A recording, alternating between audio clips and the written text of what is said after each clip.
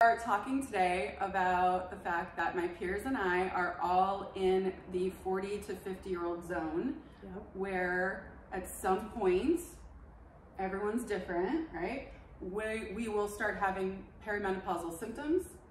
And I wanted to ask the expert, what can my friends and I, what should we look for in ourselves, things that might be happening, and maybe also things that we might see in our friends happening? How can we support each other?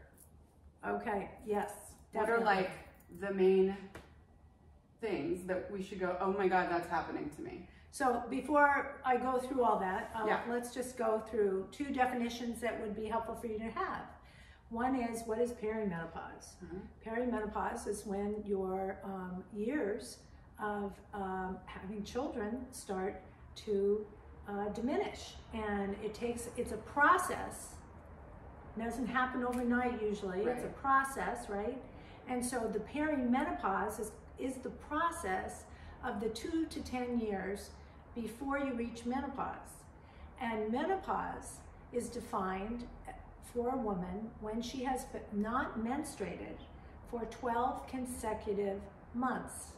So if your period stopped for 6 months and then all of a sudden showed up at a barbecue, you have to start the clock over. Okay. And otherwise, you are still in perimenopause. Why is this important? Because you can still get pregnant. Oh, isn't that lovely? Yes. So you could be in your late 40s and in perimenopause and still can get pregnant. Exactly. Good to know. Yeah, good to know. So those two definitions are kind of important. Yeah. Most women have heard about menopause. Most women have not heard about perimenopause. And why is this a big secret? Because people think menopause is synonymous with being old. So no one wants to talk about it. But the truth is that your symptoms start when you're young, like your age. Right. Many women your age, look at you. You're young, vibrant. I mean, I'm vibrant, but I'm definitely 68. But I'm just saying, you're not thinking menopause. Of course not. Right? No, not. But your body is starting. I mean, I am only because you're my mom. Well, right. And so yes, we talk a lot about these things. Yes. But most people. Yes. No. So, I mean, my mom never sat me down and talked to me about perimenopause. I didn't even know what it was. She never spoke about menopause, never mentioned it. Right. I didn't have any training in health class, nothing. So here's what I want to tell you. Mm-hmm. You start to get into this awkward situation where you may see friends, having hot flashes. You may see friends starting to not be themselves. Right. You can see they're struggling a little bit with different things. Mm-hmm. And what are some of these symptoms? Well, yeah, obviously hot flashes is pretty obvious, but there are some that aren't obvious. Right. There are some that people have to deal with that are not, you can't see them. Like, insomnia, start to not sleep well, start to have emotional highs and lows that you didn't used to have. Also brain fog. That was my first perimenopausal symptom. I was in my 40s. Couldn't grab my train of thought mid-sentence.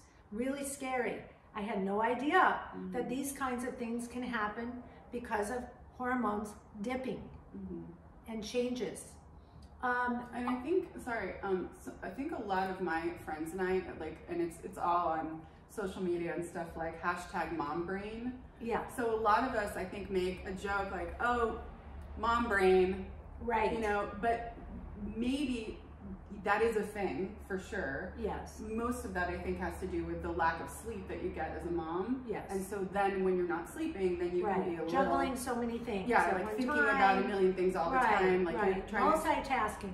Even when you're sleeping, you're multitasking, right? You're like thinking about the next day, I gotta pack the lunch, I have to do the thing, call that doctor, do that. Yep. So then you kind of, I always suggest lists. Lists are your friend, because once you write it down, you can go to sleep. Yeah, that's good. I like that. Yeah. So anyway, I'm just curious. So maybe it's possible that some of us are walking around going, oh, mom brain, but maybe it's brain fog. And are those two, can those two things be similar? It sounds like they are similar. Very. A little bit. So Very. we could misinterpret one for the other. You could. Okay. You could. And what women like to do is always be fine. Yeah. So any excuse that you have to not pay attention to your symptoms and to slough them off because you don't have time or do not want to even approach the word menopause, that's what women do. So here's what I like to suggest, and I really think this is something I wish more women would do. Women have a great sisterhood. You have a wonderful sisterhood. Yes, I'm very lucky. I have a sisterhood of friends that I count on. But what would be really helpful, rather than pointing out that one woman might be having hot flashes, or you noticed your friend's a bitch, and maybe something's going on. Something's up there. Is to say, you know what, guys, now that we're in our 40s, why don't we together educate ourselves about perimenopause, menopause, and postmenopause, so we're prepared, unlike our moms. Right, so we can have a support system all the way through. And exactly, and say, let's do this. Let's have a, cocktail hour where, we talk about a symptom of menopause, and we research it and to bring a conversation with each other. Or in your case, let's bring my mom over. Right. And we can do cocktails with my mom. And we could have a Menopause Mondays party. I mean, you can go on my ellendoldrin.com and see a lot of people had Menopause Mondays parties. They shared them. Yep. Sometimes I spoke at them, sometimes I didn't. I had one on national TV, NBC photographed one, New York, national NBC.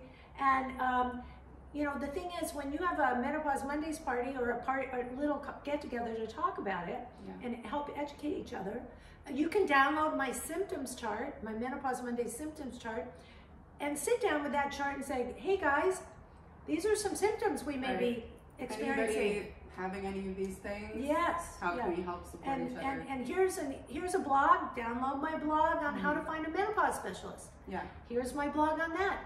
Hey, has anybody suffering from insomnia? I got blogs on that. I mean, other people have blogs. I'm not the only one trying to educate the sisterhood, but but it's really easy to access on your website. It is. And it's also, the book is free, and the symptoms chart is free, and that's a beautiful thing that you've gifted to the sisterhood of the world. Basically, you have people all over the world who you've helped. So I think that's a great idea, and I think I'm going to get a party going so I can help get my girlfriends together, and we can all get educated and also have a good time. And exactly. I think that's a really and then good idea. What you end up with, which is why I do a lot of corporate wellness programs where I go into companies and talk to their staff about educating them on menopause, you end up with a sisterhood of support. Right. Now you're all learning together. You know, I've spoken to thousands of women at a time. I've spoken to 150 at a time for companies. And all those people, all those co-workers end up with a support system. Right, that's really awesome. And they learn together. Yeah. And it so is that you don't fantastic. And then you don't have to feel alone. Well, like you felt when you had children, right. And you have a mommy. You have these mommy mom friends, and what do you call them? Mom groups? Yeah. And we help each other. You can text the group and just be like, has anybody ever had this happen with their baby? Exactly. And then you get like 17 responses. Exactly. And it could be at 3 in the morning and you're still going to get a response. Exactly. From a mom group. Yes, that's the great thing about social media. Yeah, that's right. We didn't have that. Yeah, no. I mean, I couldn't call anybody in the middle of the night. No, you know. Right. The other thing is, one of the real first symptoms of perimenopause may be that your period starts to be goofy. So that sometimes it's the first symptom. Yeah. So it's sort of coming and going at different times. I say the period's quite the drama queen. She can't decide if she's gonna, come back. Is she not coming back? She's gonna be there for 2 weeks. Is she gonna be there for a day? Right. Sometimes there's a really weird bleeding. Now, if you have excessive bleeding of any kind, I don't care when it is, if it's during perimenopause or menopause or postmenopause, any excessive bleeding, you go to a gynecologist right away, you get checked out, because excessive bleeding can be a sign of something very serious.